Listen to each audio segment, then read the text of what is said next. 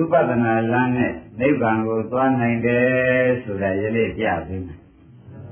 သမထလမ်းမပါဘဲနဲ့ဝိပဿနာလမ်းသက်သက်နဲ့နိဗ္ဗာန်ဆိုတဲ့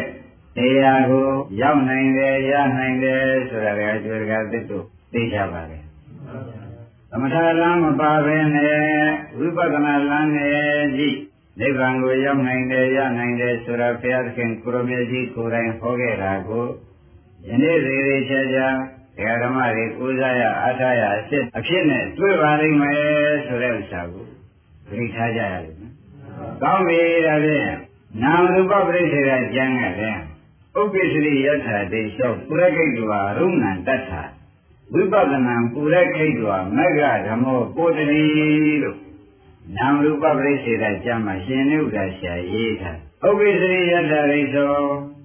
ဒီသောတော်မှာဆိုလို့ရှိရင်ပုရကိတ္တဝါရုဏ္ဏတတ္ထာတဲ့ရှေ့သွားအာယုန်တတ္ထာပဲဒီသောတော်မှာဆိုရင်အာယုန်တတ္ထာကရှေ့သွားနေထွက်တာကနောက်လိုက်အာယုန်တဲ့ရင်နေထွက်တယ်ဆိုတာဖြင့်သံဃာရှိဖို့မလိုအောင်မှမှန်ပါတယ်လို့ဆုံးဖြတ်ချက်ချသို့သူပဲဝိပဿနာပုရခိတ္တဝါမဂ္ဂဓမ္မောကိုတတိဝိပဿနာရှိသွားရှိတဲ့ပုဂ္ဂိုလ်ဟာမဲ့ညာပူညာရရမယ်ဝိပဿနာရှိသွားရှိရင်အာယုန်တဲ့ခြင်းဒီနေထွက်ခြင်းအကြောင်းဝိပဿနာရှုခြင်းဒီမဉ္ဇဉ်ဘုံဉာဏ်ရခြင်းအကြောင်းကောင်းပြီဒါဖြင့်နာမရူပပရိစ္ဆေဒကျမ်းကလည်းဤတိုင်းဆိုထားပြန်တော့ဒကာကျွယ်တွေကသိတို့အာရှိတရားသိကောင်းပြီဝိပဿနာသာရှည်သွားရှိဖို့အရေးကြီးပါတယ်ဝိပဿနာရှည်သွားရှိပြီဆိုမှဖြင့်မဉ္ဇဉ်ဘုံဉာဏ်ရတယ်ဘယ်နဲ့ကြောင့်ရပါလိမ့်လို့ဗျာသမထစကားမပါပဲနဲ့ဆိုတော့မဲ့ခင်ဝေဖန်ရှိလိုက်တာပေါ့မဲ့ခင်ဝေဖန်ရှိလိုက်တော့ဘုန်းကြီးဓမ္မတွေရှင်းလင်းပြီးဒီကလာသွားပါလိမ့်မယ်။အဲဒါမဲ့ခင်ဝေဖန်ကြပါလို့ဆိုလို့ရှိရင်ဝိပဿနာရှုတဲ့အခါမှာသမာဓိမဲ့ခင်နဲ့ပညာမဲ့ခင်ကတွဲရပါသွားတယ်လို့မှတ်ရ။သမာဓိရှိသမာသင်္ကပ္ပနှစ်ခုကပညာမဲ့ခင်နှစ်ပါးသမာသတိသမာသမာဓိသမာဝါယမဆိုတဲ့သတိသမာဓိဝိရိယတွေကသမထမဲ့ခင်၃ပါးပညာမဲ့ခင်ကသမထမဲ့ခင်က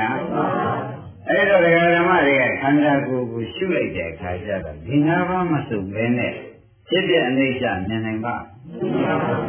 မမြင်နိုင်တော့ဘူး။၅ပါးစုံလို့ဖြစ်ပြမြင်တဲ့ပုဂ္ဂိုလ်မှာတမာရီအထူးတည်တော်ရမှာလားတမာရီကအတွန်းဝင်ပြီးကြတာဘာနေသလားဆိုတာဒီမှာမကင်အကဲခတ်ကြည့်လိုက်ပေါ်လာမကင်အကဲခတ်ကြည့်လိုက်တော့တမာရီမကင်ကအခုပြထားတာဘယ်နှခုပါလဲတမာရီမကင်ကပညာမကင်ကပေါင်းလိုက်တဲ့ဝိပဿနာဆိုတဲ့ဥစ္စာဒီ၅ပါးဝိပဿနာရှုတဲ့မဲ့ခင်၅ပါးဒီ၅ပါးနဲ့တရားကျဲတဲ့တရားသစ္စာကခန္ဓာကိုယ်ထဲမှာဝေဒနာလေးတွေဖြစ်ဖြစ်ရှိလို့စိတ်ကလေးတွေဖြစ်ဖြစ်ရှိလို့ဆိုလို့ရှိရင်ဖြစ်ဖြစ်နေတာဒီ၅ပါးပါလားဖြစ်ဖြစ်နေတာဘယ်နှပါးပါလဲ၅ပါးဝေဘာလိုက်တော့ပညာမဲ့ခင်က၂ပါးဝိပဿနာမဲ့ခင်က၂ပါးဟုတ်လားသမထမဲ့ခင်ကဝိပဿနာမဲ့ခင်က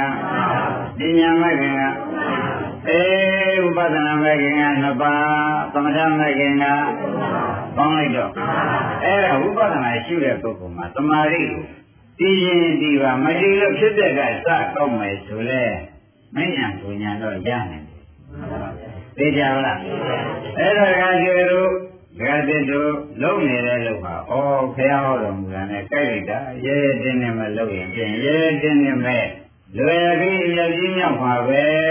ဆိုတဲ့ဥစ္စာဘာမှတန်တရားမရှိဘဲနဲ့လူမြဲလုပ်ကြပါဆိုတာယနေ့ဝိသုတ္တေသာရကနဲ့ပါဒါသိထုတ်ပြန်ကောင်းပြီဒါဖြင့်ဒီလိုမဲ့ခင်နဲ့ဝိပဿနာရှုလိုက်တဲ့အခါကျတော့ဗျာရှိကခန္ဓာ၅ပါးတစ်ပါးပါးတပည့်တို့ကဝိပဿနာရှုပါတယ်ဖြစ်တယ်ဖြစ်တယ်ဖြစ်တယ်ဖြစ်တယ်သုတိတည်းတွေရှုနေပါတယ်ဗျာလို့ဆိုတော့ဒါမဲ့ခင်၅ပါးနဲ့ရှိလို့ဖြစ်တဲ့ကိုမြင်တာပဲဆိုတာလေဓမ္မတွေသိချကြတာဖြစ်တဲ့မြင်တော့ဒါဥပဒနာဖြစ်သွားဥပဒနာဖြစ်လာတော့ဥပဒနာမဲ့ခင်နဲ့ခုကရှေ့ကထားလို့ရှေ့သွားသမာဓိမဲ့ခင်ကနောက်လည်းဖြစ် သမာဓိသုတိတော်ရတာလားပညာရှိသောသမာဓိနောက်ကပါလာတာလားပညာရှိသောရင်သမာဓိနောက်ကပါလာတာသင်ရှားပေးကြတာနေတဲ့တွေ့ဘုလိုသာသနာတွင်အသက်တန်းတိုတဲ့အခါမှာသမာဓိကိုအထူးတည်းမူတယ်မနေပါနဲ့တော့ဆိုတဲ့ဥစ္စာလည်းဆရာဘုန်းကြီးကပြောလိုက်ပါတယ်မလုတ်ကောင်းလို့လားလို့မေးတာလုတ်ကောင်းပါရဲ့အသက်တန်းနဲ့မကိုက်ဘူးမြန်မြန်ဖြစ်ဖြစ်ကိုမြင်တာသည်မြန်မြန်ဖြစ်ဖြစ်ဆုံးတဲ့မဉဏ်ပေါ်မှာပဲနောက်ဒီလိုနဲ့ပဲပြီးတော့သောတာပန်သရဂံအနာဂံယန္တာဖြစ်သွားမယ်ဥပဒနာကနေမဉဏ်ကူးသွားလို့သောတာပန်သရဂံအနာဂံယန္တာဖြစ်သွားမယ်လို့ဆိုလို့ရှိရင်ကောင်းကင်ပြန်မြေရှုအဘိညာဉ်ရဆိုတာဒီခိုက်တာမပေါ်နိုင်ဘူးပေါ့ဗျာနောက်မှဆက်ပြီးဒီကရသမဏလမ်းပြန်ကောက်မယ်ဆိုစားတောင်လွယ်လိုက်သေးယန္တာဖြစ်ပြီးမှပြန်အထုတ်လည်းရတာပဲဘောကအလွယ်စကားကိုအဲဒါကြောင့်ဘုန်းကြီးတို့ဓမ္မတွေမှာသမာဓိကိုအမတန်များစိတ်ကပြေစွာပြီးဝိတ္တတွေများနေတော့အာနာပါနကြည်ဆောင်လိုက်တာရှင်းရှင်းအာနာပါနဒီတော်ပြီးကြလားရရင်ရတဲ့နေရာဖြစ်ဖြစ်ရှိကောင်းရင်အလတ်စားပေါ်လာရင်အဲ့ဒီနေရာတွေဖြစ်ဖြစ်လာလိုက်ပြီးကြလားနေတော့ဒီဥစ္စာဘာပါလိမ့်မလဲလို့မေးတော့ပရိစ္ဆေသမုပ္ပါတရားကြီးပေါ်တာတွေဟာပရိစ္ဆေသမုပ္ပါတရားကြီးပြတ်တာတွေပဲလို့ဆိုလိုက်ပြတ်တာလည်းပရိစ္ဆေသမုပ္ပါတရားပေါ်တာပြတ်တာကလည်းပရိစ္ဆေသမုပ္ပါတရားချုပ်တယ်ဒါဖြင့်ဓမ္မတို့ဖြစ်ပြသည်ဘာပါလိမ့်မလို့ဆိုတော့ပရိစ္ဆေသမုပ္ပါတရားပေါ်၍ပရိစ္ဆေသမုပ္ပါတရားပြောက်တာရှင်းမလားသူတို့ပြောတော့ခန္ဓာပေါ်၍ခန္ဓာချုပ်တယ်သူတို့ပြောတော့ဘယ်လိုမှတ်ကြခန္ဓာပေါ်၍ခန္ဓာချုပ်တာလို့မှတ်လိုက်တော့ဩဖြစ်တာဒီခန္ဓာပေါ်တာပဲပြက်တာဒီခန္ဓာချုပ်တာပဲဆိုတော့သင်ဒီဥစ္စာဘာပါလိမ့်မလို့ဆိုတော့မိမိခန္ဓာကြီးသင်ကိုယ်တော်ကိုသိတာဘယ်လိုဆိုကြပါမိမိခန္ဓာကြီးသင်ကိုယ်တော်ကဖြစ်တာရဲ့ချုပ်တာရဲ့ဒါပဲရှိတယ်ဆိုတာသိချသွားတယ်ဖြစ်တာသင်္ခါရချုပ်တာအိဋ္ဌာဖြစ်တာဒီချုပ်တာဒီသင်္ခါရနဲ့အိဋ္ဌာရှိတယ်ဆိုတော့သဗ္ဗေသင်္ခါရအိဋ္ဌာနဲ့လည်းသွားကြိုက်မကြိုက်ဘူးလား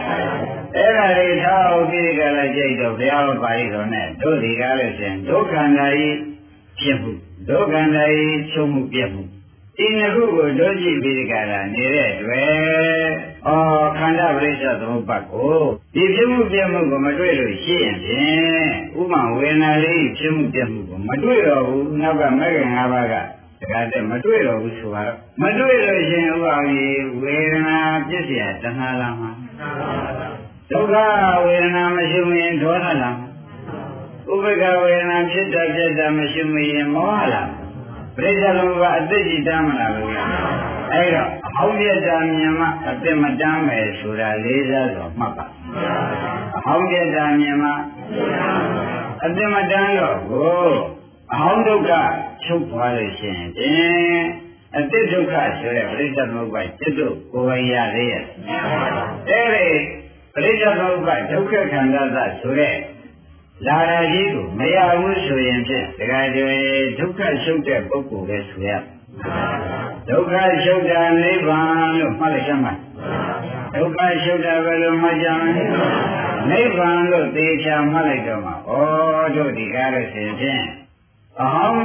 ဖြစ်တာချုပ်တာမြန်လို့ရှိရင်ဖြင့်ဉာဏ်ကကြားဝင်တယ်လို့မဆိုနိုင်ဘူးဉာဏ်ကကြားဝင်လိုက်တော့သူတန်းလာမဲ့ပရိစ္ဆေသမုပ္ပါကြီးဒါကြတဲ့ဒကာအောင်လို့တန်းနိုင်လေရဲ့တန်းလာမှာဘာသစ္စာတန်းလာမှာလဲဒုက္ခသစ္စာတန်းလာတာကိုဒုက္ခသစ္စာရောသမုဒယသစ္စာရောနှစ်ခုတန်းလာမှာကိုမဂ္ဂသစ္စာကကြားဝင်ချက်လိုက်တယ်မဂ္ဂသစ္စာကကြားဝင်ချက်လိုက်တဲ့တွေ့ဝိပဿနာဉာဏ်ထဲမှာဘယ်နဲ့အမရမဂ္ဂင်တွေကရောပိတ္တလားနောက်လာမဲ့သမုဒိယသစ္စာနောက်လာမဲ့ဒုက္ခသစ္စာတွေကသိချလိုက်တော့ဒါပြန်ဒီဘုန်းကြီးတို့ဓမ္မတွေကနောက်ခန္ဓာပြတ်တယ်လို့ဆိုအောင်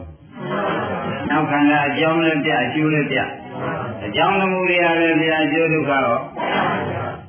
ဒီကဲတော့ပြတ်တော့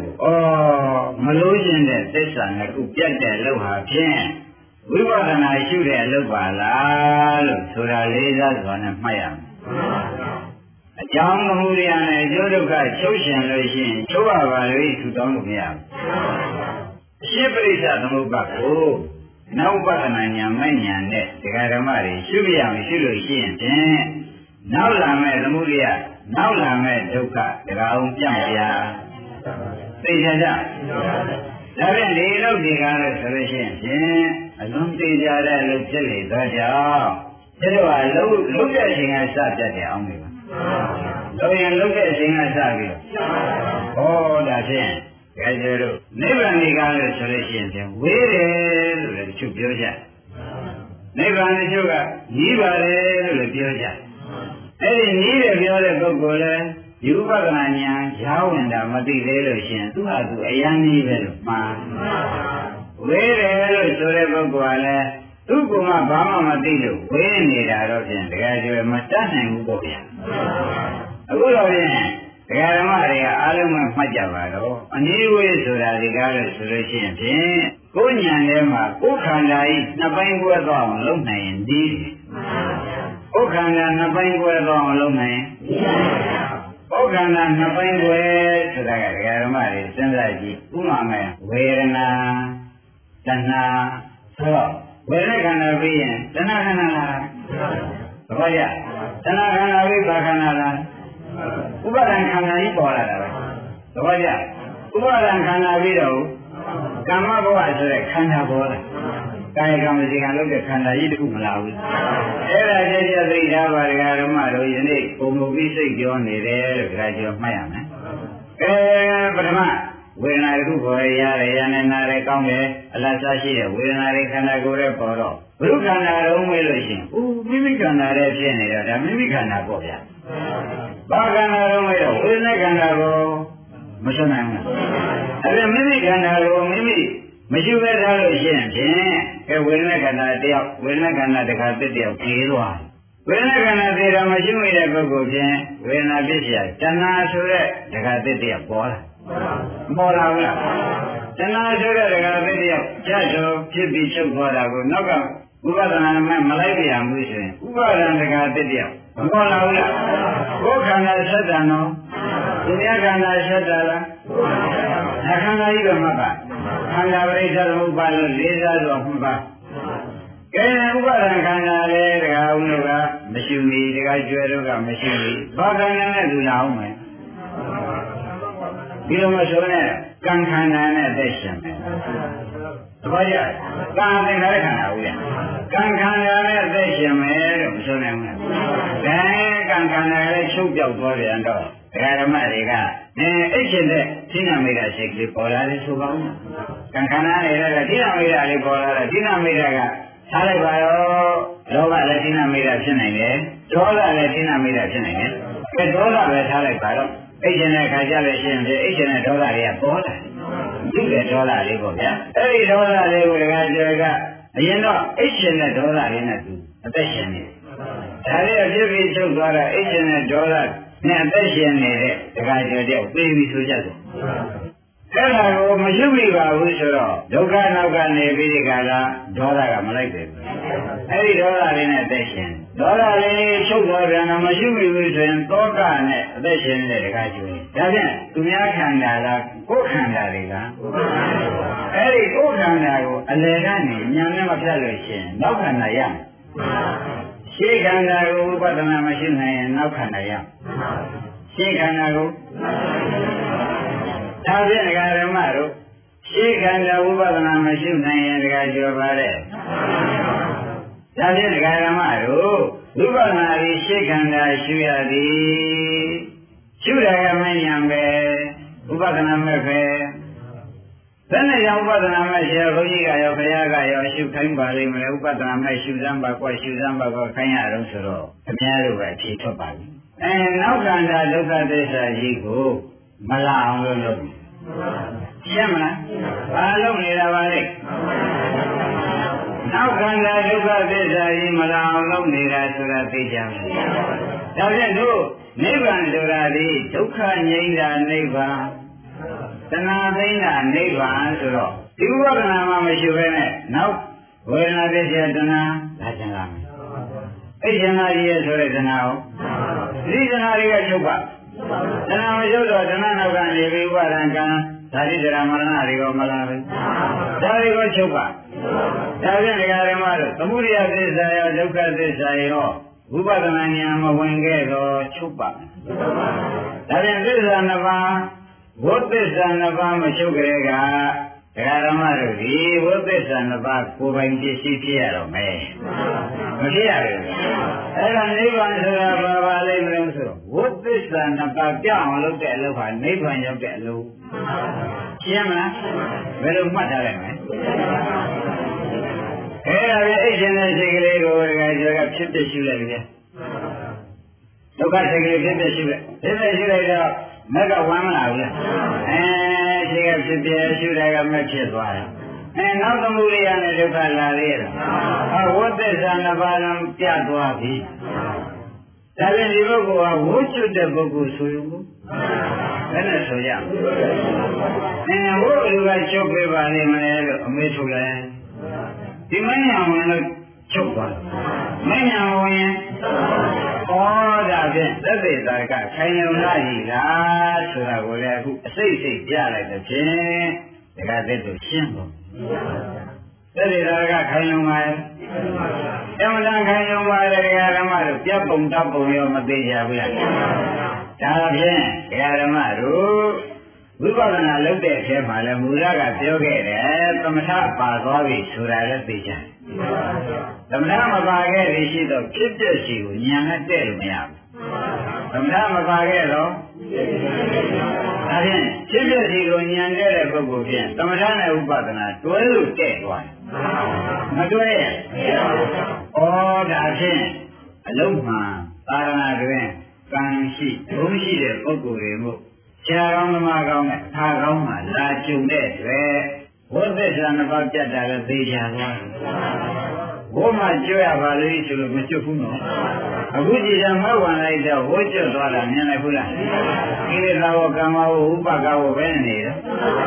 ဩဒါဖြင့်ဓမ္မတို့ဘုဝတ္တကုသိုလ်ဆိုတာဝိပဿနာရှိတဲ့ကုသိုလ်ဆိုတာဘုဝတ္တကုသိုလ်ဆိုတာကကြောင့်ဒါနပြုတာတောင်ဝိပဿနာခြံရမအမြတ်ဆုံးလို့ဆိုထားအင်္ဂုတ္တပါဠိတော်မှာဒါနပြုတာတောင်မှဝိပဿနာခြံရမတယ်ဘာဝိပဿနာကူအောင်မှာပေါ့ဗျာဒီကဆောက်ကြည့်တော့ဒါဖြင့်ဘုရားဖြစ်ခြင်းလို့ရှိရင်ပြန်ဝါဘုသုံးပါးကျွတ်ခြင်းကြလို့ရှိရင်ခင်ဗျားတို့ခန္ဓာကြီးအဆက်တက်ခြင်းကြလို့ရှိလျင်ဆိုတာနဲ့ဘုသုံးပါးကျွတ်ခြင်းကြလျင်ဆိုတာနဲ့ထူးသေးတယ်သေချာမှတ်ပါသေချာမှတ်ပါနော်ဘုကျွတ်ခြင်းလို့ရှိလျင်ဆိုတာနဲ့ခင်ဗျားတို့ခန္ဓာကြီးကိုယခုအဆက်ပြတ်တဲ့မဉ္ဇဉ်ဝင်လင်ဆိုတာနဲ့အတူပဲဒါဖြင့်သူ့ဟာသူဘောကကြည့်ရမှာလားကိုယ့်ဟာကိုရှုတဲ့ဉာဏ်ဝင်ရမှာ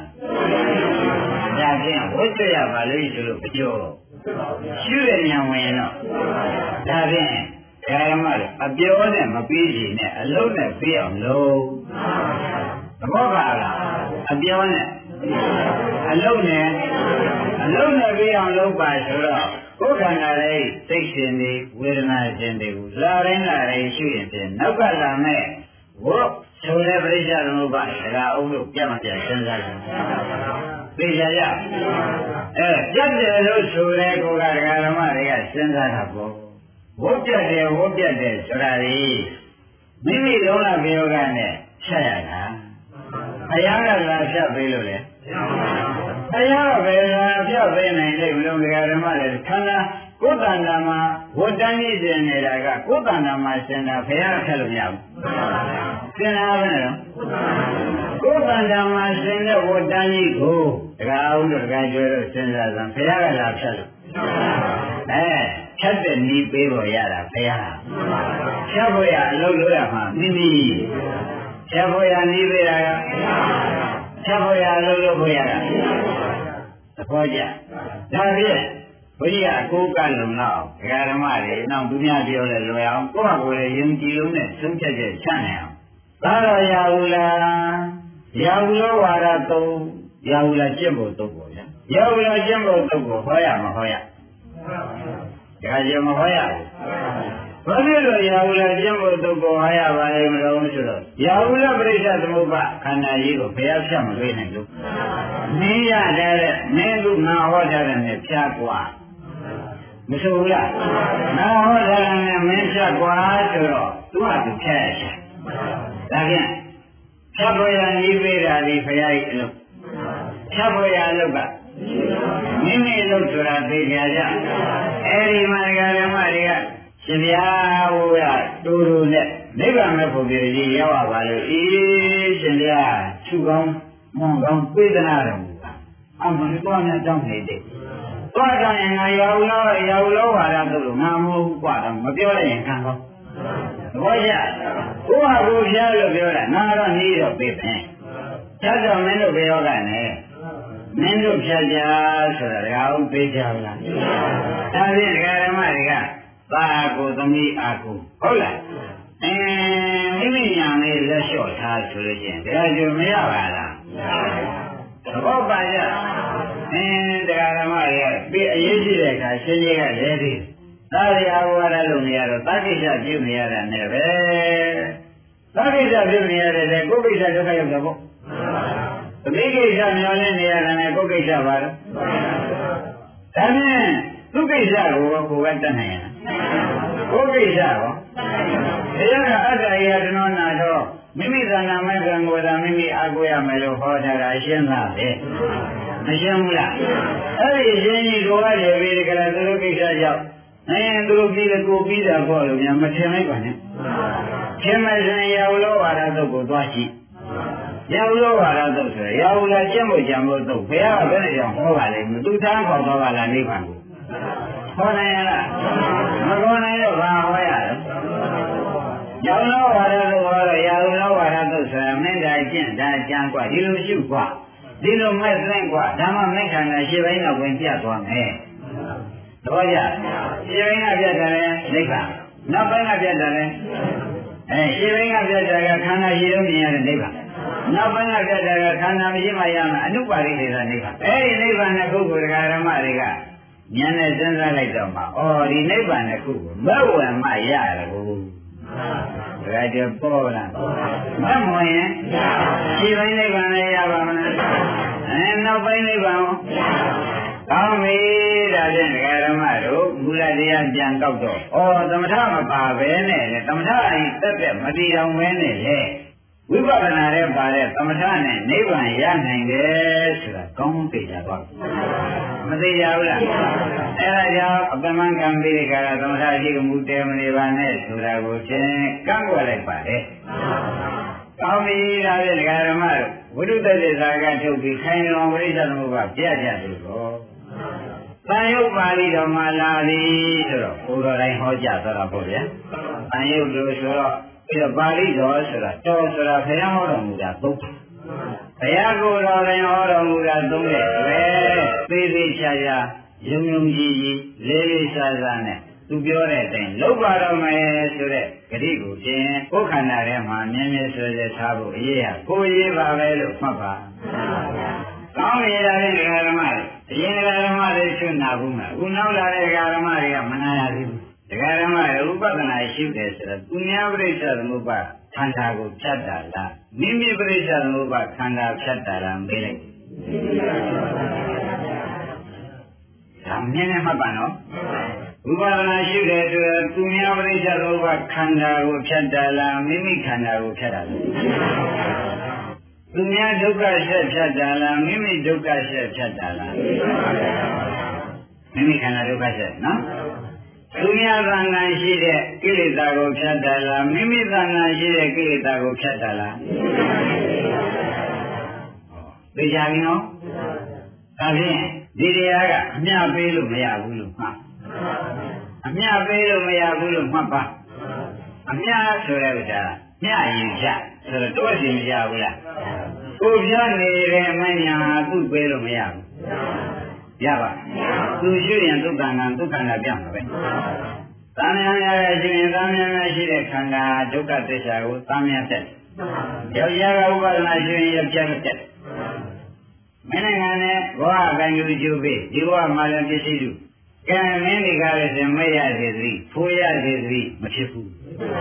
ဖြစ်ပါမလားမဖြစ်ပါဘူးဆိုတာသိကြမလားအားကြောင့်လို့ဆိုတော့ကိုယ်ဝန်းထဲမှာပေါ်တဲ့ဟာရဝတ္ထုပေါ်မှာပေါ်တဲ့မဂ္ဂင်၅ပါးကဓမ္မဝန်းထဲမှာမပေါ်နိုင်ဓမ္မဝန်းထဲမှာပေါ်တဲ့မဂ္ဂင်၅ပါးဖြတ်တရားကတက္ကသဏ္ဍာန်ပေါ်နိုင်ရလားဒါပြန်ကိုယ်ပရိစ္ဆေသမုပ္ပါသူများဖြတ်လို့မရကိုယ်ဖြတ်မှကိုရမယ်ဆိုတာသိကြပါလားရှင်းပြီနော်နည်းနည်းလေးတက်တဲ့သားကလုံလောက်အောင်ပြချင်သေးတယ်တဲ့ဓမ္မတို့သုတိမအပိုက်ကြီးကိုမထုတ်ခင်နော်ဟုတ်တယ်ဓမ္မတွေကြားတဲ့စိတ်ကလေးပေါ်တယ်ပါဠိအတန်လေးကြားတဲ့စိတ်ကလေးပေါ်တယ်ထားပါဒီဘက်ကပါဠိအတန်လေးကြားတဲ့စိတ်ကလေးပေါ်ကြားရတဲ့ပဲဓမ္မတို့ကြားပြီးဒီကလာငါသားလေးပါလားဆိုတဲ့ခင်တဲ့ဒိဋ္ဌိတဏှာလာလိုက်ကြားတာရောကြားသေးပဲငါသားလေးပါလားဖြစ်သွားမဖြစ်ဘူးလားငါသားလေးပါလားဖြစ်သွားတယ်ကောငါသားဆိုတော့ဒိဋ္ဌိနဲ့တဏှာတော့ရောက်ဝမ်းမလားဒါပြန်ဒိဋ္ဌိတဏှာဖြစ်เสียဥပါဒံဥပါဒနာဖြစ်เสียကာမဘဝဖြစ်เสียဓာတိဘဝဖြစ်เสียသုံးပါဒါပြန်လူပြထားတာကဓမ္မတို့အတန်လေးကြားတာကလည်းတက္ကသစ်ပဲနတ်သားလေးလုံးလိုက်တာကောတက္ကသစ်ပဲသားရှိသွားခြင်းလာခြင်းနဲ့ကာယကံတက္ကသစ်ဝစီကံတက္ကသစ်မနောကံတက္ကသစ်ဒါနဲ့ပဲရှင်နေတယ်ဆိုလွယ်ပါဒါပြန်တက္ကသစ်တရားတက္ကကျော်တရားဒီအတန်လေးတစ်ခုကြားရင်တက္ကကျော်တရားပေါ်၏ကြားတဲ့တက္ကကျော်ပေါ်တယ်နတ်သားလုံးတဲ့တက္ကကျော်ပေါ်တယ်သွေးလမ်းတဲ့တက္ကကျော်ပေါ်တယ်အာထုတဲ့တက္ကကျော်ပေါ်တယ်ဆိုတာသိကြပါလားဒါဖြင့်အတန်လေးတစ်ခုကိုကြားလိုက်လို့ရှင်ကြားတဲ့တက္ကကျော်တရားငါသားလုပ်တဲ့တက္ကကျော်သွေးလမ်းတဲ့တက္ကကျော်အာထုတဲ့ကိုယ်ရှင်ရှိခြင်းဟုတ်လားမနောတွေကမကောင်းတဲ့ကလေးမုံနေတာဘယ်သူမှမကြည့်ကြဘူးလို့မနောတွေကလည်းပြောရင်ပြောတဲ့တက္ကကျော်တရားမလာဘူးလားအဲ့ဒါကံမြောက်မသွားသေးဘူးလားခိုင်းလာရင်ကလေးတယောက်ပဲခေါ်တန်ကိုကြားလို့ရှိရင်ဖြင့်ကံမြောက်သွားသည့်တိုင်ဆိုတော့ကြားတဲ့တက္ကကျွယ်ငတ်သားလုပ်တဲ့ကံကြီးလုပ်တဲ့တက္ကကျွယ်ဆွဲလန်းတဲ့တက္ကကျွယ်ဟုတ်လားစိတ်ထဲမှာကောင်းတဲ့တက္ကကျွယ်လေးယောက်ရှိသွားတော့ဒီလေးယောက်ဒီကားလို့ရှိရင်ကံမြောက်သွားပြီလို့ဆိုတဲ့ဘူးကံမြောက်သွားလို့ရှိရင်တော့ဖြင့်တဲ့ဒကာဓမ္မတို့ဒီကံကိုမမြောက်အောင်ဘယ်နဲ့လုပ်ကြမလဲဆိုတာဒကာဦးမေခွန်းထုတ်ပြကြည့်မေခွန်းမထုတ်ပါဘူး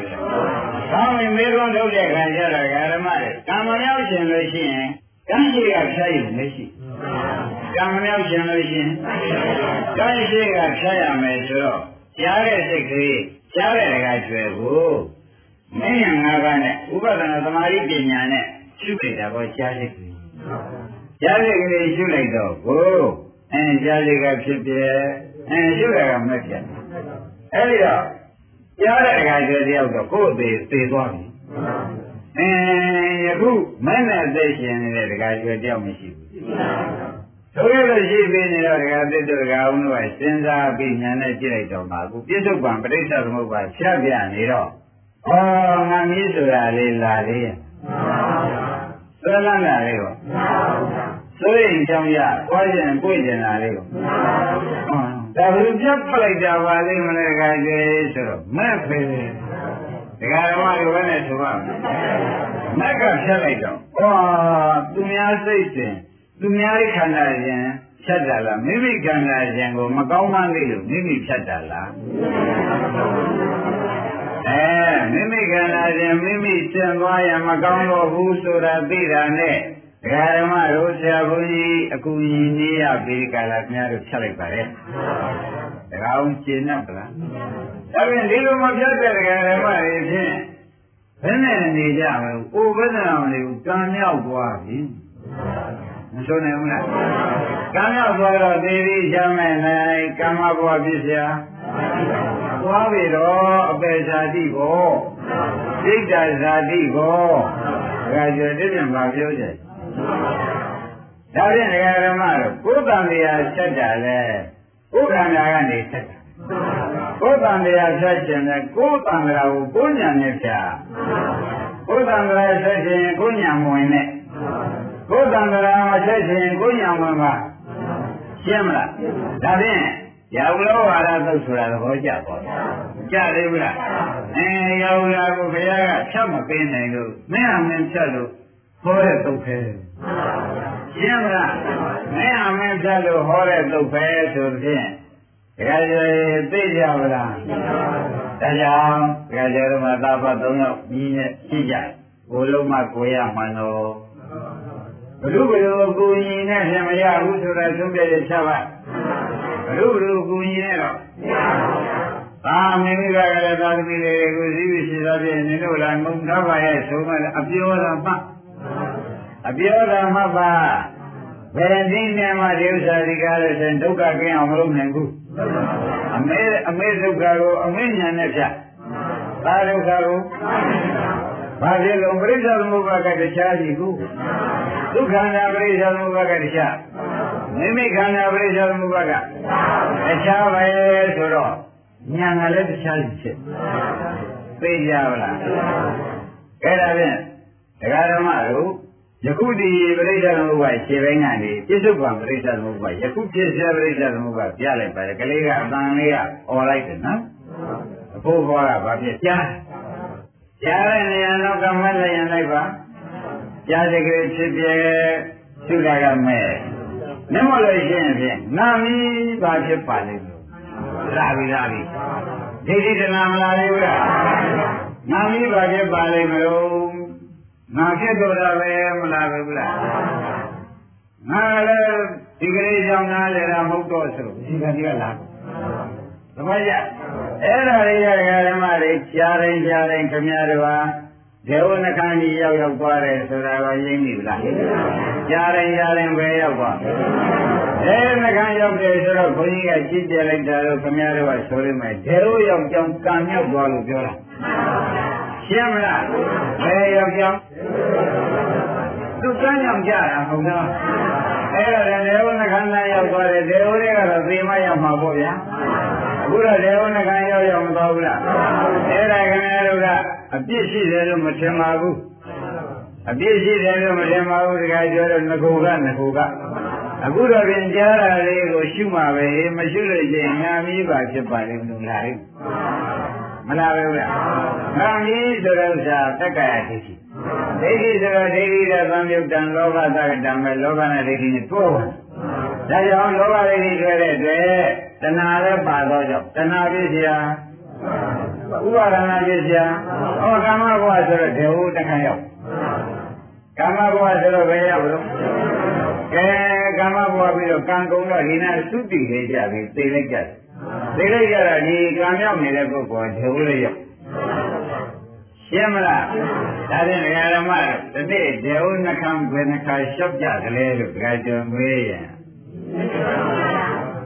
ဒီဝဒနာကဘာဖြစ်လို့ဓမ္မသေတော့သွားကြမလို့လမ်းဖို့လို့ပြောရတယ်အတိပ္ပယ်ကဒီရောက်မနေဘူးလားဘုရားတကယ်ကြွယ်တာလူတိုင်းတော့မသိဘူးလူတိုင်းမသိလူတိုင်းကမသိတယ်ကံကတော့တကားဦးနေမှာလားကံကတော့မနေဘူး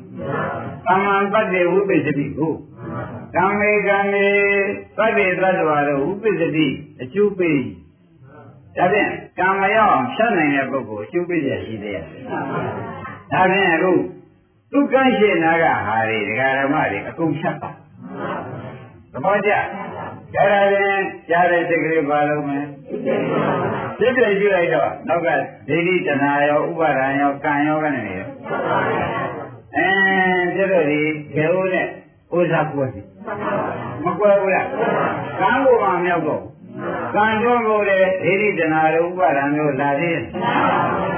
အဲ့ဒါဖြင့်ကြားတာတော့ဗျာဖြတ်ကနေဆိုတော့ဒီလိုဥပဒနာကအပန်းမဝသေးလို့ဝါရှင်းမမရသေးလို့မရှိတတ်သေးဘူးဆိုလို့ရှိရင်ဖြင့်နာမည်ပါဖြစ်ပါလိမ့်မလဲဆိုရဲစိတ်နောက်ကလိုက်ရင်လည်းရပါသေးတယ်ဒိဋ္ဌိတဏှာကိုဘာလို့ရမလဲဖြစ်ရှုလာတဲ့ခန္ဓာစိတ်ကလည်းဖြစ်ပြီးဖြစ်တာပဲလေရှုလိုက်ကြတော့ဥပါဒံတို့ကံတို့ရေမြောက်သေးရမမြောက်တော့လည်းကျတော့ဒီကားလေးရောကိုယ်စိတ်ရှင်ကိုယ်ခန္ဓာရှင်ကြီးကိုဘုဘဒုက္ခတွေမဆက်တော်မိအောင်ဖြတ်လိုက်တာပဲဆိုတာကိုပေါ်ပါလားဒါဖြင့်ကိုယ်ခန္ဓာသူများကိုယ်ခန္ဓာပရိစ္ဆေသမုပ္ပါသူများဖြတ်လို့မရကိုယ်တဏှာကိုသူများဖြတ်လို့ကိုယ်ကံကို ကိုယ့်ဟာကိုယ်ကြီးဖြတ်ဒါကြောင့်အတ္တယတနောနာတော်လို့ဆိုနေတယ်ခင်ဗျားတို့ကဒီလိုမယူဘူးတရားဓမ္မတွေကဒီလိုမယူဘူးဟုတ်ဘူးလားတရားဓမ္မတွေလိုယူလို့ဆိုခြင်းသင်္ကန်းသားကောင်းရမှာပဲကိုယ်စားရတယ်ချမ်းသာရတယ်ယောက်ျားများလည်းတို့လူပဲနောက်ပိုင်းကသိနေတဲ့သားများကောင်းရမှာပဲချမ်းသာရတယ်ကျမ်းမာရတယ်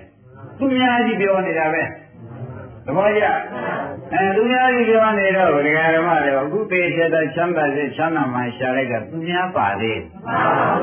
မိမိဟာမိမိပါလို့ပါမယ်မိမိဟာမိမိမဲ့ကိုမိမိအကိုရမယ်ဆိုတာမပေါ်လာဘူးလားဒါဖြင့်ဒကာဓမ္မတို့အတ္တယတနောနာတော်ဆိုတာသဘောကျပြီအတ္တယတယေဝမိမိအထုတ်တဲ့မတရားသေးတာနဲ့အတ္တနောမိမိနာတော်ကိုယ်ကိုယ်ရသည်ဘရောတဘာသောသာမယနှင့်ခေမောသရှိသည်တို့သည်နာတော်ကိုယ်ကိုယ်ရသည်ဝါတတ်နိုင်သောပုဂ္ဂိုလ်သည်ကောပိယဘယ်မှာသာရင်ဖြစ်နိုင်တော့အနည်းဘုရားဟောတော်နော်အတ္တနာဤသူရဏေနအတ္တနာဤဝမိမိသည်သောမဂ္ဂင်တရားဤသောယဉ်ကျေးမှုဖြင့်ယဉ်ကျေးမှသာလျင်ဒုံလပံရခဲ့တဲ့နိဗ္ဗာန်ကြီးကိုလပတိရနိုင်မဂ္ဂင်ယံယထာကြားထဲမှာရှုပွားနိုင်မှရမယ်ကွာသိချင်မဟုတ်ဘူးလားအဲဒီမှာဓမ္မတွေကမသိတော့ဩကျွတ်တို့ဒီကကံကောင်းတယ်လားလည်းကံမကောင်းမကမစမ်းမမူးမင်းတဲ့ပုဂ္ဂိုလ်တွေရတယ်တော်သေးသူတို့အာကုန်နေရတာသူတို့ဝေဖောက်မခဲ့လားဆိုပြီးဓမ္မတွေအသာယူပြီးဒီကရဘုံယူကြပါလေဘုံယူပေမဲ့ကိုယ်လေးတော်ဘာကပြတ်ပါရဲ့လားအမပြလို့ရှိရင်ဒီဓမ္မတို့သူများအာကိုတဲ့ဓမ္မအတ္တဒိဋ္ဌိငါဥစ္စာဆိုတဲ့အတ္တနိယကပါတယ်အဲ့ဒီအတ္တနိယတောင်ပဲဆိုင်မချပါဘူးလားအဲ့ဒါလေးပြပြစဉ်းစားတော့မှဩဒါဖြင့်တခါတည်းကိုယ်ကိုကြည့်ရမှာပေါ့မနဲ့ဆိုကြမယ်ကိုယ်ကိုကြည့်ရမယ်ဆိုတော့ပေါ်လားကိုယ်ကခန္ဓာရှင်ကြီးကိုကြည့်ရမယ်ဆိုတာကခန္ဓာရှင်နှစ်ခုပြတ်သွားအောင်မဝင်ရကိုယ်ကခန္ဓာရှင်ကြီးနော်ပြစ္ဆုတ်ပန်နဲ့အနာကဆက်ဆက်နေတဲ့ကိုယ်ကဒီတဲ့ဥပဒနာမရှိရင်ပြစ္ဆုတ်ပန်နဲ့အနာကဘယ်နဲ့နေတာအဲ့ဒါအနာကမဆက်အောင်ကိုယ်ပါလို့ကြမယ်ကိုယ်မကင်ကိုမရမယ်ဆိုတော့ပေါ်လားဒါဖြင့်ကိုယ်ကခန္ဓာရှင်ကိုယ်ကြည့်ရမယ်ဆိုတာကမကင်တွင်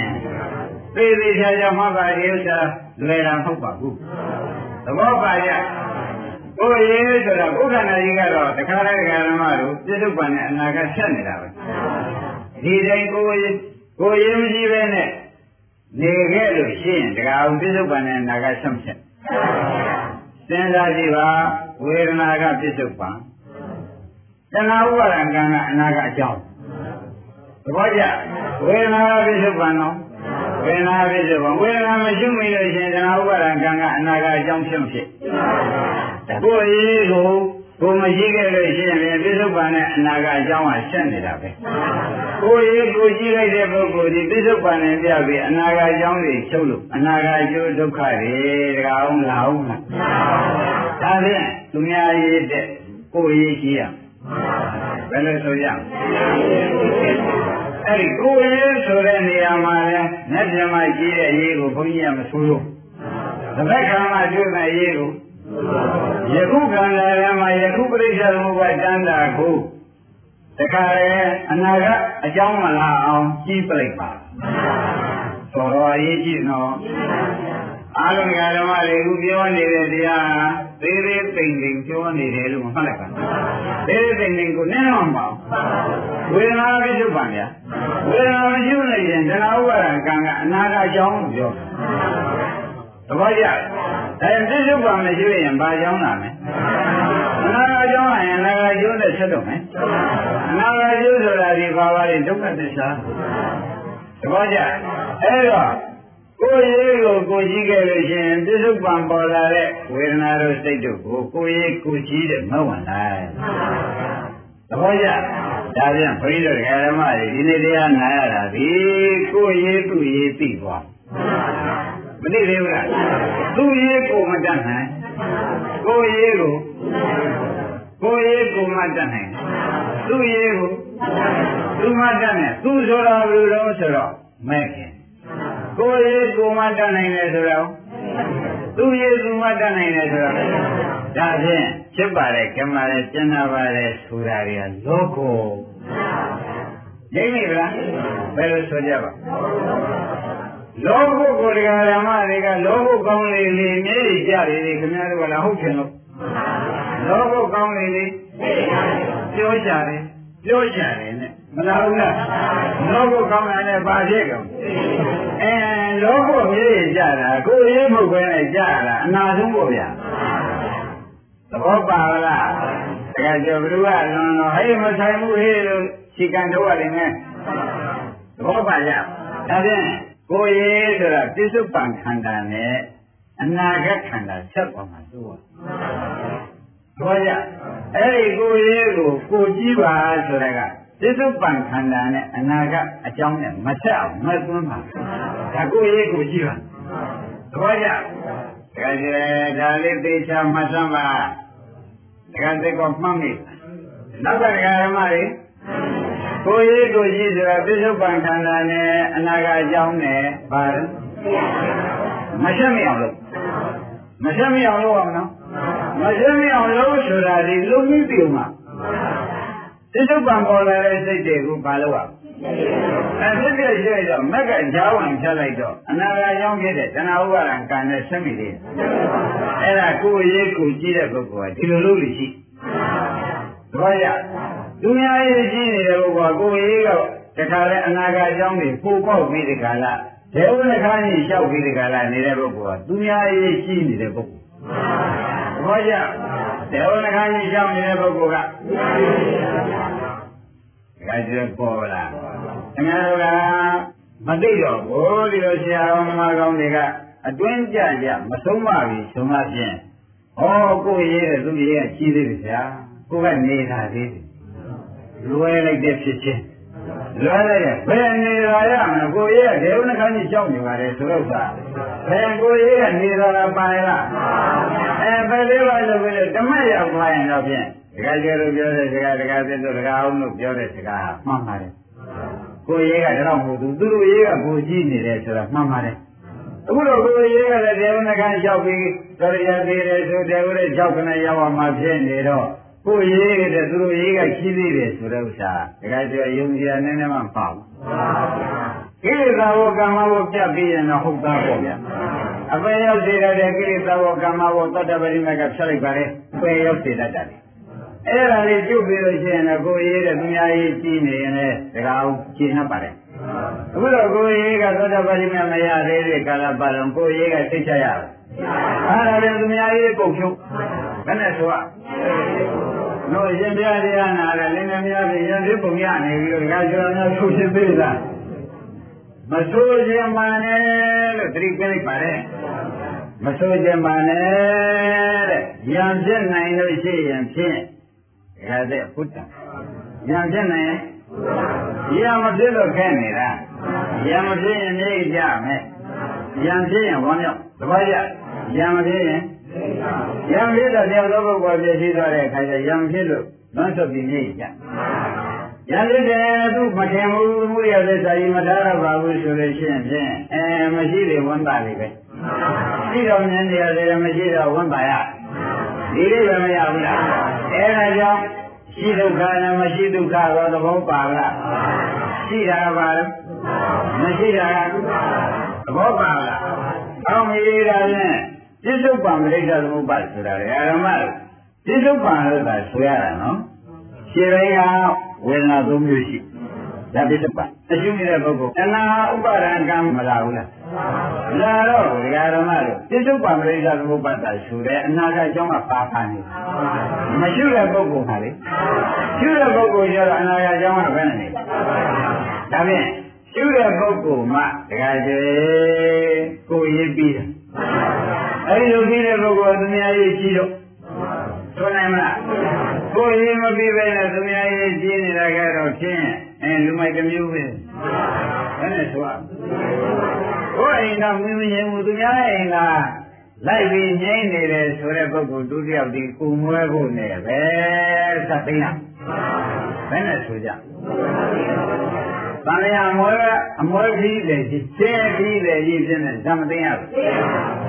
ခါကျွေသိကြောက်เสียကောင်းမှာဒီကရှိဒကာဓမ္မတွေဘုဒ္ဓမှာကိုယ်ကနဲ့ကိုယ်ပရိစ္ဆေသမုပ္ပါမာန2မျိုးရှိယေတုပံပရိစ္ဆေသမုပ္ပါ1မျိုးအနာဂတ်ကြောင့်ပရိစ္ဆေသမုပ္ပါ1မျိုးအဲ့ဒါကိုမဝင်ရမယ်ဆိုရင်ရှင်းတ်ပါလားမဝင်နိုင်တဲ့ပုဂ္ဂိုလ်ကကိုယ်ရေးကိုသိတဲ့ပုဂ္ဂိုလ်မဝင်နိုင်တဲ့ပုဂ္ဂိုလ်ကဒါဖြင့်ခင်ဗျားတို့များတော့ဖြင့်ကိုယ်ရေးကိုသိတာယနေ့ထူးထူးခြားခြားသိတခါကျွေသဘောပါဒကာတိကသဘောပါကိုယ်ရေးကိုသိရင်ယနေ့ပဲနော်ဘာကြောင့်လဲဆိုတော့အခုဝေဒနာကိုရှုမိလို့ရှိရင်ဖြင့်မဝင်လာတယ်ကိုယ်ရေးဖြစ်တယ်ကိုယ်ဆင်းရဲပြင်မဲ့တဏှာဥပါဒံကံမချုပ်ဘူးလားအားဒါဖြင့်ကိုယ်ရေးကိုသိလို့ကိုယ်ဒုက္ခသိနေတာကိုယ်လုံးနေတာသူများခင်းမဆိုင်နိုင်ဘူးကွာကိုယ်တည်းကိုသိအောင်မကွာသဘောကျအဲ့ဒါမှအရေးကြီးဆုံးချက်ဆိုတာပေါ်ဗလားဒကာကျွေလေးမနှင်းပေါ်အောင်ပြောနေတာညောဒကာကျွေလေးလူတွေကဒီလိုဆရာအောင်သမားကောင်းကဆုံးမတာမကြားရရှင်မဖြင့်ကိုယ်ကနေတာပါရဲ့သူတို့ကမနေတာကိုယ်ကနေတာပါရဲ့အမလေးကိုယ်ကနေတာကဒေဝနကလျှောက်ပြီးတော့နေတာတယ်ပြောမှန်ဘူးလားကဲဒေဝနကလျှောက်ပြီးနေတာတယ်ပြောနေတော့တကယ်ပညာရှိကဒကာဓမ္မတို့ဩသူတို့ပြောရပြီလေသူကဒေဝနကမှာရှောက်နေတာတဲတဲ့ပြန်တော့ဒါနေတာပါရဲ့ပြောနေသေးတယ်ဟုတ်ဘူးလားတကယ်ပညာရှိကတော့မပြုံးဘူးလားဘာဖြစ်လို့ပြုံးတာတော့ဆိုတော့မိုက်တန်ထွက်နေလို့ပြုံးအဲ့နဲ့ဆိုကြအခုတကအားလုံးကဓမ္မတွေအရေးကြီးနေကိုကတော့ကြီးပါပြီတဲ့လူမမယ်တွေအတွက်ကြောင့်အခုလောက်ကင်နေရသေးတယ်လာပြီတကဒါကျွေပြုတ်ပုံပြောပါလေကိုယ်ရေးသူပြောရလားဒီကိုယ်ရေးကဘယ်ရောက်နေလဲလေဝစကံရောက်နေတာကိုဘေးကပညာရှိကကြားတော့ကိုကတော့ကိုယ်ရေးကတော့ဖြင့်သိဖို့ရှိပါတော့မသိဖို့ရှိပါတယ်မပြောနဲ့နောက်ကျကိုယ်ရေးကတော့အပေကောဖို့ရှိပါတယ်ဒီလိုပြောကြသမှာတော့ရအဲ့ဒါကြောင့်သူတို့ရေးကြီးစေအောင်မယ်ကိုယ်တော့ပြန်ဆုံးလို့ပေါ့လေအမေရရောက်ပြီးတော့ဆုံးလို့ရသေးရဲ့အဲ့ဒီလိုရောက်နေတဲ့ခါကျရအဲ့ဒါပြန်ဒီကရှိသူများရင်းနဲ့ကိုယ်ရေးဘယ်ဟာရေးကြည့်တော့ရှင်းမလားဘယ်ဟာအတ္တယသနောနာထောအတ္တယတယောမိမိပြုလုပ်ထားတဲ့မဲ့ခင်ဒီပဲအတ္တနောပြုလာသောပုဂ္ဂိုလ်ဤနာထောကိုယ်ဝေယစိတ်ကရအထောက်ပံ့ရရသည်ဒါပဲအဖို့ဘလောဓမ္မတော်သားများနဲ့ဒီရုပ်ဆရာနာဟုသည်နာထောကိုယ်ဝေယသည်ကောတိယဘယ်မှာသာရင်ဖြစ်နိုင်တော့အနည်းဓမ္မတော်ပုဂ္ဂိုလ်ကိုယ်ပဲကိုယ်သားရအားရမဟုတ်ဘူးတဲ့သဘောကျဒါရင်ဘာကိုရမယ်ကိုယ်ကိုယ်အားကိုရကိုယ်ကိုယ်ဆိုတာကအတုပခန္ဓာကိုအကောမှာလားကိုယ်လောက်ထားတဲ့မဲ့ခင်ကိုယ်လောက်ထားတဲ့မဲ့ခင်ကိုသတိခံလေးပါးတော်ဘာပွားများထားတဲ့မဲ့ခင်လို့သိကြဟောပါတယ်ဒါဖြင့်အခါကျရင်ကိုယ်ရေးကိုကြည့်ကြတယ်ဘယ်နဲ့ဆိုကြဘောရတရားတော်ဆိုရောက်လာလေးပဲတော်လာမင်းကြီးသမားမကွာတော့ဒါလည်းသိတာပဲကလေးလေးလမ်းမြောက်သေးလို့မသွားသေးဘူးဆိုရင်ဘုရားတော်မဖြစ်ဘူးဟုတ်ဘူးလားအဲ့ဒါတရားတော်ကလေးတွေကဒီလောက်ကြည့်အောင်မငယ်သေးသလားလို့မေးရင်မနဲ့ပြောလို့မငယ်ပေမဲ့သူတို့တွေကရှိနေသေးတယ်လို့သုံးတာပဲသဘောကျလားတော့ဆုံးနေဘူးလားတကယ်ဒီလိုဥစ္စာတွေကလောကီလိုနဲ့ကိုယ်ရေးမသိလို့ပြောနေတဲ့သဘောတွေပဲလို့မှတ်ရမယ်မှတ်ရဘူးလားဒါဖြင့်ဒကာဓမ္မတို့ယခုစတဲ့တရားနေပြီးဝိတုထုတ်မလို့အချိန်ရှိတယ်နော်မဂ္ဂင်၅ပါးနဲ့အလုတ်ခိုင်းတာဒီပြစ္ဆုတ်ပံခန္ဓာကိုရှုမှအနာဂတ်အကြောင်းတက်ပြစ္ဆုတ်ပံခန္ဓာကိုဒါကိုရေးကိုသိတယ်ပေါ့ပြစ္ဆုတ်ပံခန္ဓာမှမရှုတဲ့ပုဂ္ဂိုလ်ဒီဒကာဓမ္မတို့ကိုရေးကိုမသိတဲ့ပုဂ္ဂိုလ်တနည်းကိုခန္ဓာရေးဖြစ်တယ်ကိုပုဂ္ဂိလေသာဖြစ်မှာကိုမဆွေးနေတဲ့ပုဂ္ဂိုလ်ကိုဒုက္ခရောက်မှာကိုမသိတဲ့ပုဂ္ဂိုလ်ဆိုတော့တကယ်ဇုံလုံးသားလို့ဖြစ်သွားမဖြစ်ဘူးလားဖြစ်တာအမှန်တန်ကြောက်ကြမကောင်းဘူးလားဒါကြောင့်ဓမ္မတွေပြစ္ဆုတ်ပံခန္ဓာနဲ့အနာဂတ်အကြောင်းနဲ့မဆက်တဲ့အရေးနိဗ္ဗာန်ရောက်တဲ့အရေးပြစ္ဆုတ်ပံခန္ဓာရှုနိုင်ကြလို့ရှိရင်အနာဂတ်အကြောင်းနဲ့မရှုပ် ဆိုရတော့အနာဂတ်အကြောင်းကမဆက်ဘူးဆိုလို့ရှိရင်ဖြင့်တခါကြွယ်ကျွတ်တို့ဒီကားလို့ဆိုရင်အနာဂတ်အကျိုးဖြစ်တဲ့ဇာတိသရမရဏလာအောင်လားဒါပြန်ဣဇုပခန္ဓာဖြစ်ပြကဘာသစ္စာလဲကိုယ်ရေးကိုသိတာကအနာဂတ်အကြောင်းမလာတာကသမုဒိယချုပ်တာအနာဂတ်အကြောင်းမလာတာကကိုယ်ရေးကိုသိတဲ့ပုဂ္ဂိုလ်အနာဂတ်အကြောင်းမလာဘူးသဘောကျနောက်အနာဂတ်ရုပ်ဖြစ်တဲ့ဇာတိသရမရဏမလာတာကဒါဖြင့်ကိုယ်ရေးကိုသိဆိုတာတရားဓမ္မတို့မဲ့လို့လုံးလို့ပြောတာကိုယ်ရေးကိုသိပါဆိုတာကိုယ်ခန္ဓာကိုယ်ဖြတ်ပါဆိုတာရောကိုယ်ပိရိသကိုယ်ဇတ်သိမ်းပါဆိုတာရောကိုယ်ဒုက္ခကိုမလာအောင်ကြိုးစားပါဆိုတာရောမဲ့လို့ပါဆိုတော့ပြစ္ဆုတ်ပံယခုပေါ်နေတဲ့ခန္ဓာကိုဖြစ်ဖြစ်ရှိပါရှင်းမလား